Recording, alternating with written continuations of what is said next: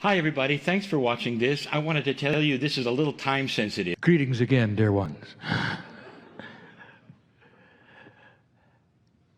For the last few channels, we have been talking to you about something that is consciousness but physics, and it has to do with the multidimensionality of you, your cellular structure, your consciousness, and how you're moving paradigms from one reality to another.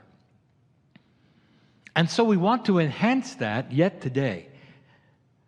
Again, the channel is not about physics, it's about consciousness, it's about you, it's about what's coming.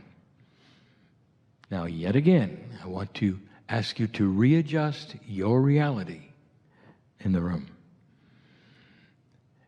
This is a message from Spirit.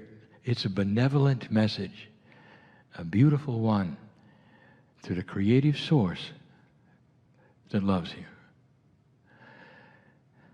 The creative source has a higher consciousness, you might say, than anything that you can even fathom. There is no room for darkness. Love is the king of emotions for you. It is also the benevolence of God. There is no other energy that surpasses it. It is prevalent throughout physics, throughout the universe. There'll come a day when science will expect benevolent return from experiments. That intuition will show them something to do, and there'll be no question of what the experiment's results will be. They'll feel the benevolence before they even experiment. That the scientific method will be something that qualifies something that they already know, not that they suspect. It's all part of what's coming. We gave you channels in the past, especially the last 3, that were interrupted by a translator. And so we wish to repeat some of it so that there is no interruption and in a language and word frame that is more consistent without translation. I want to talk about one of your famous scientists. Once again, it's Einstein. Einstein actually quarreled with quantum physicists in later years. Einstein did not believe in potentials. Einstein was more empirical. And yet, I am telling you that this man was the first quantum physicist. And we do this by saying what he did was to show you that something you thought was absolutely steady and empirical and would not be changeable was changeable. So in physics, especially that which you walk around in and call reality, there are certain things that behave certain ways, and they're not changeable. They can't be. It wouldn't be your reality if they changed. And Einstein came along and showed you one of the most stable things that you believe planetarily was changeable. When Einstein showed his theory of relativity, it was about time. It was about something so empirical, so steady for you, that you can measure time by the nanosecond. You've worked out ways of cutting time so that it is so precise, you know by the absolute piece of it what time it is. Because it never changes. But it did. Einstein presented something that I'm going to turn right around and show you is yours. He postulated that if a man got in a spaceship and went the speed of light, and he stayed out for perhaps a year, going the speed of light, and return to the planet, he would be a year older and the planet would have aged more than he did. So by going very fast,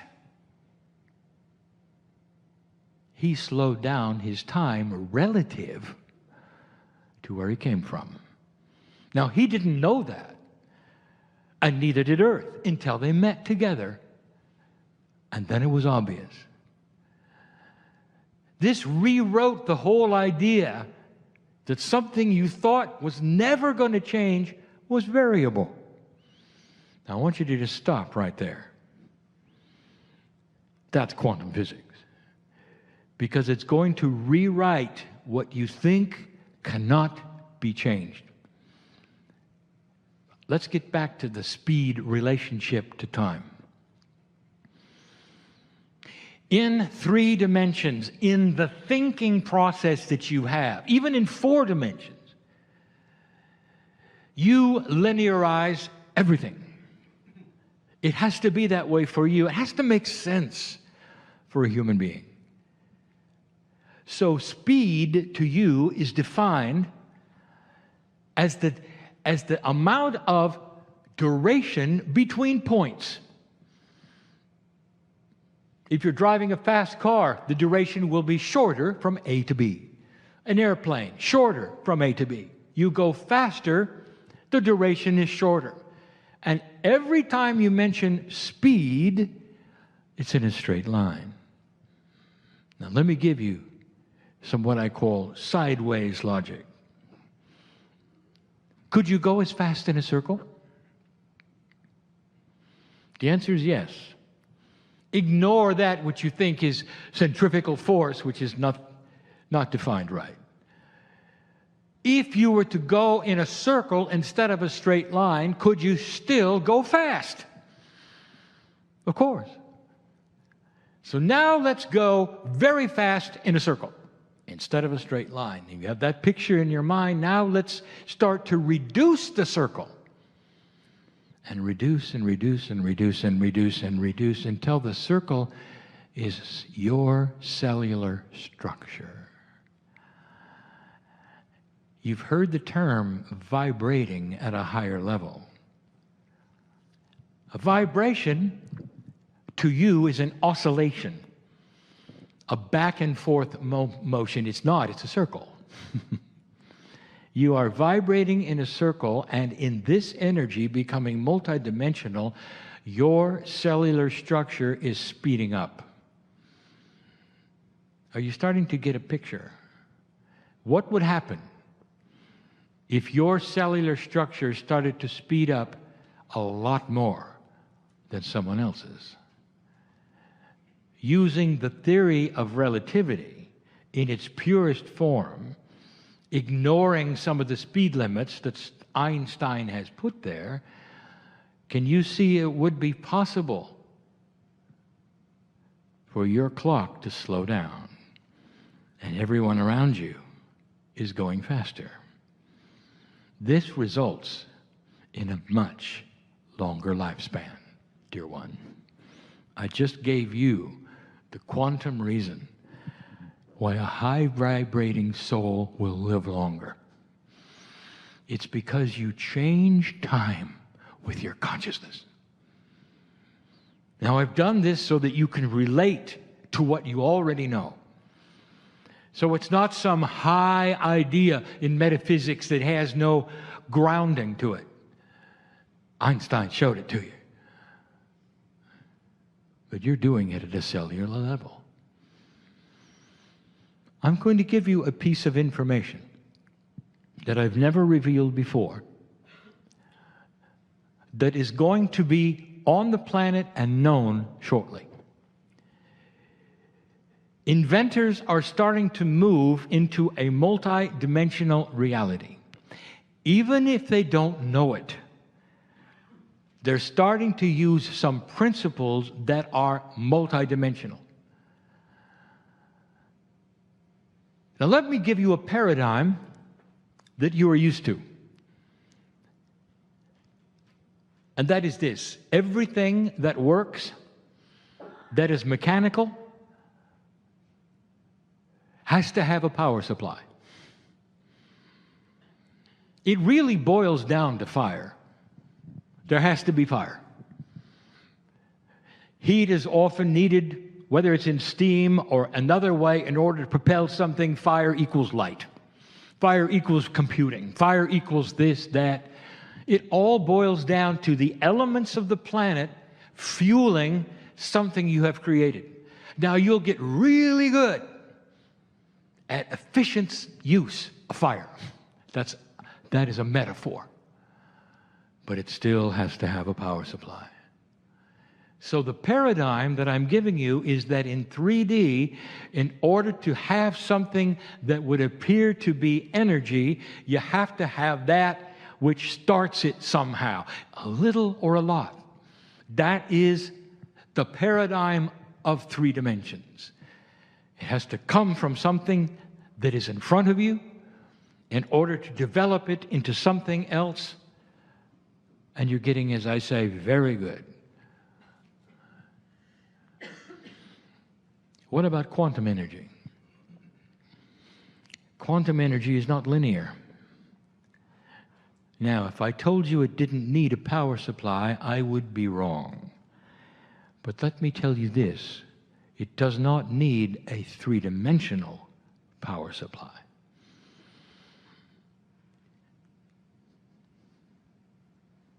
Here is an axiom that the quantum physicists and inventors will know. In order to have quantum energy, to work with it, to develop it, to use it, there has to be a quantum source. Period. You cannot create quantum energy or build anything using it without a source that is similar of quantumness. Let me define the word quantum. As we use it today, it means multidimensional. It is not the standard definition of quantum as physics would have. We are using it differently.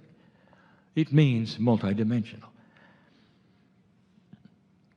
Multidimensional energy of any form that is developed on this planet must have a multidimensional source. They're even going to call it a push-pull energy. Because when they realize the dynamics of multidimensionality, it's going to work in a push-pull way.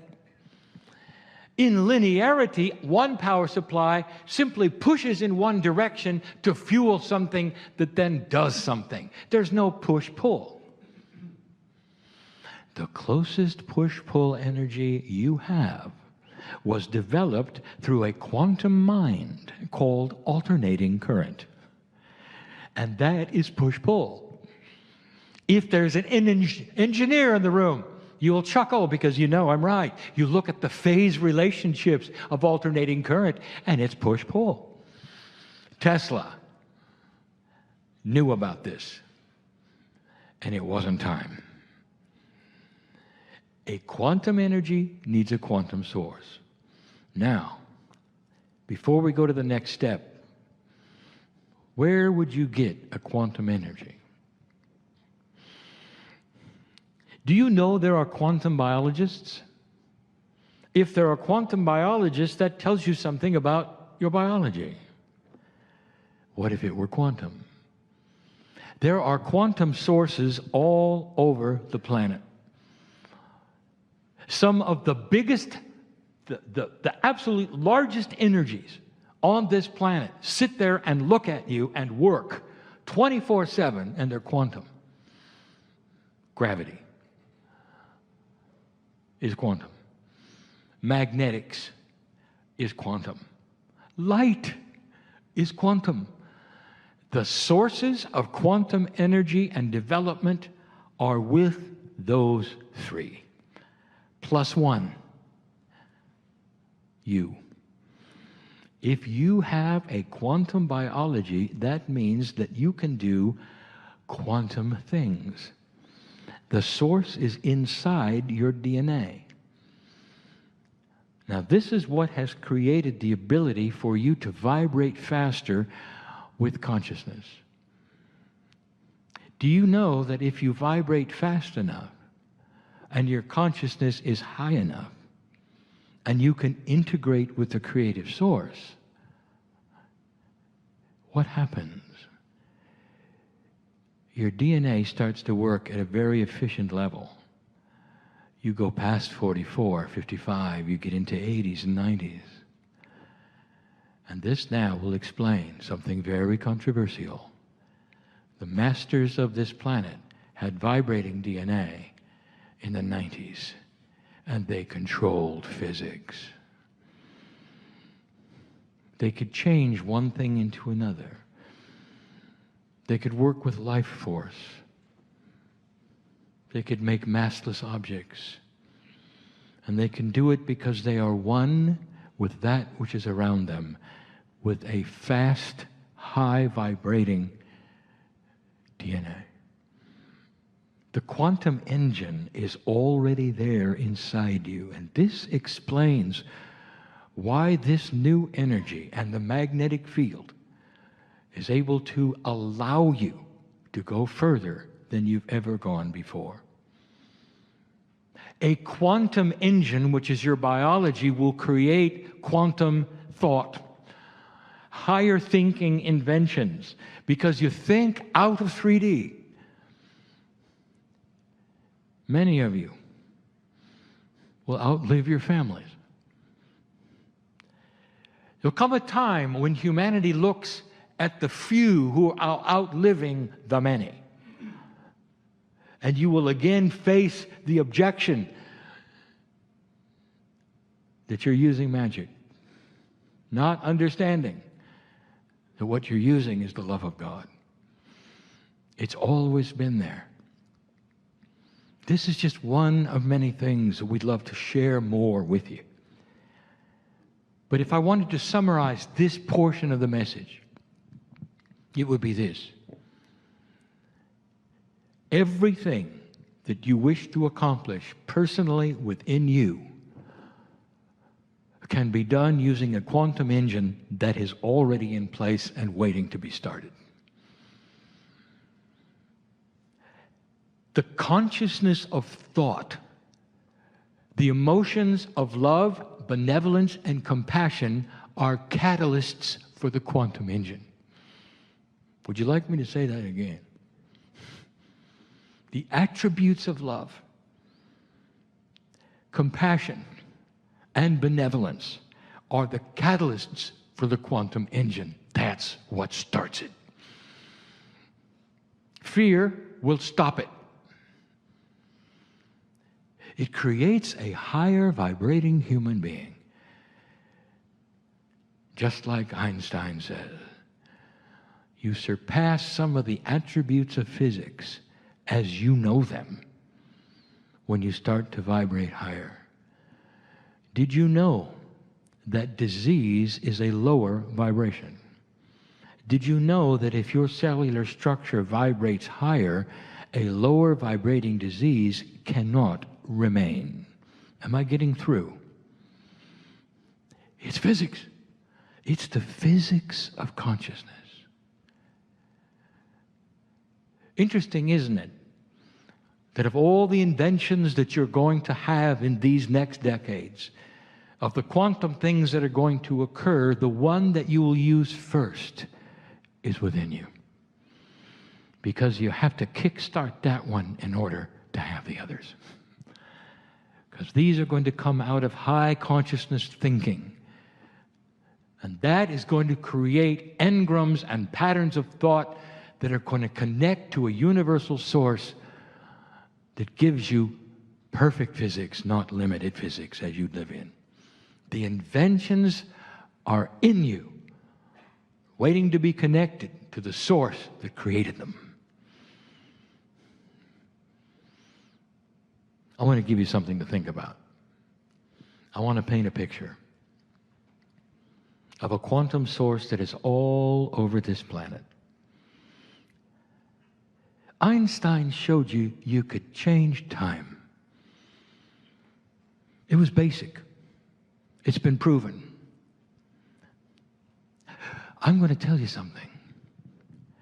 In real physics, not limited physics, not 3D physics, in real physics, are you ready? Everything can be changed. It's a complete, beautiful, variable system that you can change. When you learn about what it is and how to use it, and you develop the inventions and the machinery, if we can use that word, you will also have some other revelations. Machinery could be partly biological. I'm going to leave that alone. But here's what I want to tell you. What do physicists tell you about matter? They tell you it's mostly space. It's empty. I have two examples I want to give you that are outside of the box of your limited physics. Here you have a rock, and the rock weighs a certain amount. It always weighs that. Of course it does. You can't change that. The rock is the rock.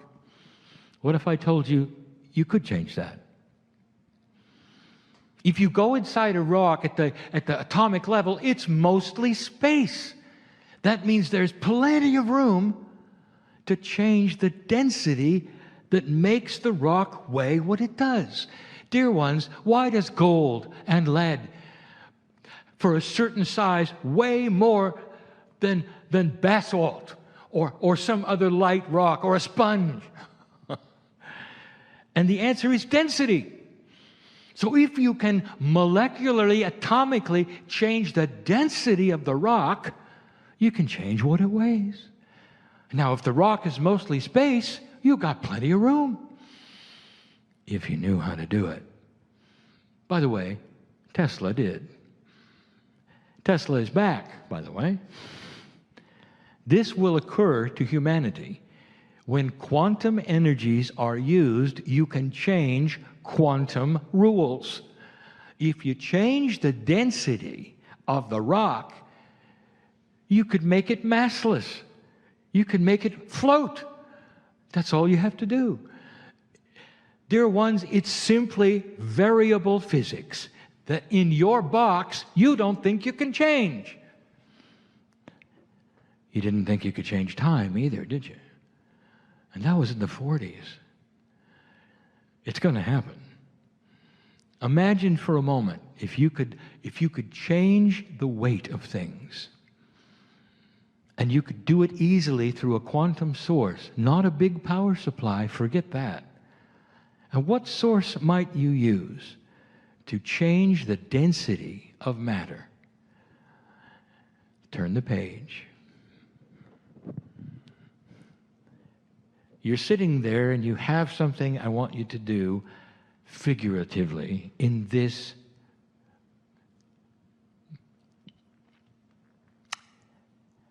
example. I want you to pretend for a moment that you're in front of a very powerful magnet. It's actually not a magnet, it's a pair, plus and minus. It's one of those special magnets that it's so difficult to pry it apart, because the plus and the minus are aligned, so they're sticking together. It's not very big either. In fact, it's not even 2 inches. It's small. There's no power supply. It's simply two magnets that are known to be extremely strong. They're dense. They have properties of magnetism highest on the planet ever discovered, and they're sticking together. They're small. Your job is to pull them apart. So you begin. You grasp them and you stop for a moment, realizing they're not going to come apart easily. So you take a stance of a weightlifter. You bend down. You get your muscles prepared. You grab each part and you start to pull. And it's tough. It's not coming apart. They're stuck together through a magnetism that is so strong. You know, if you slide them slightly to one way or another, they might come apart. You have to be careful. If they come apart and you get your finger in between, you'll squash it. And you start to sweat. Now you're extending energy. You're expending energy. You're extending your consciousness to everything you can to pull these parts from one another. Now I want you to freeze frame that for a moment. I want you to get that picture firmly in your mind. You're doing everything you can. You're breathing hard. You're huffing and puffing. You're sweating. The magnet will eventually come apart with the force that you're using as a human being. But I want you to freeze frame it. Because this, my friend, is the difference between 3D energy and quantum. The human being is a machine that's 3D in this particular example, trying everything it can through force to pull something apart. If you do it long enough, you'll get tired. If you do it long enough, you're going to need fuel. You're going to need to eat something in order to sustain your life so you can use your muscles, so you can continue to pull apart this magnet. If it were life and death, that you had to pull it apart to survive, you'd also add anxiety. Then you'd have to eat more. Now let's turn over and look at what the magnet is doing. Nothing. What kind of force is 24/7? The magnet has incredible power. So much so you're sweating to try to pull it apart. And it's doing nothing. It's just sitting there. Long after you're tired, it's still powerful. Dear ones, long after you're dead, it's still there. It's still powerful. Never ending. It doesn't need to be fed. It's forever. How can you explain that? What kind of a power is there? There's no power supply. There's no electricity. Only magnetism. I just gave you the key for massless objects. It's going to come from a quantum source. The quantum source will be magnetism. Magnets get their power from a quantum source that does not appear to be on the planet. It's everywhere. It's part of the ethers of the heliosphere of the sun. It is part of the ever-present ethos of the space between atomic structure. Magnetism and the power of it comes from a source that you cannot explain because it's not linear. How many physicists have looked at the power of magnets and scratched their head? You know how to use them, you have no idea where the source is coming from. And you huff and you puff, and you use all of that 3D energy that has to be fueled in order to pull them apart or push them, and they're forever. And they don't care, and they don't get tired. Welcome to the future. There is so much energy available without a 3D power supply. And this will be the new frontier. When you can do these kinds of things and not weaponize them, that's high consciousness. It's coming. It's enough for today to give you examples of what high consciousness can do, where you're headed for, because there is a connection to the creative source which is going to open up and give you the benevolence that you deserve. These things will not be given completely while the earth is in its current state of unbalance. These things will clear, and the unbalance will become less, And you will feel it, and you will know it, and there'll come a day when there's very, very little killing on this planet, and much more understanding on this planet. And when you can see that, it will simply open the frontiers of physics.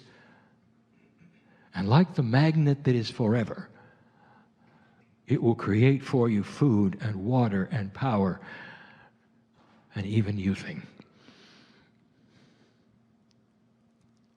That's enough. You're in the forerunners of all of it, all of it.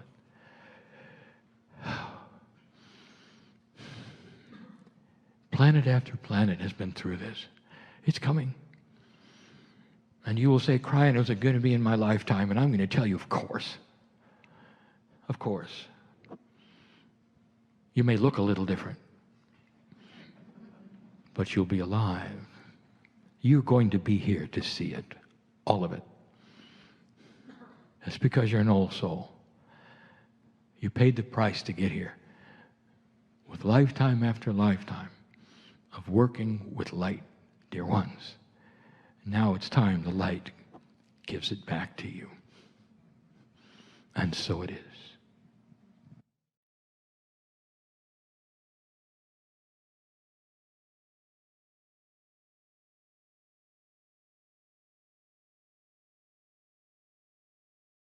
Hi, everybody. Thanks for watching this. I wanted to tell you this is a little time sensitive.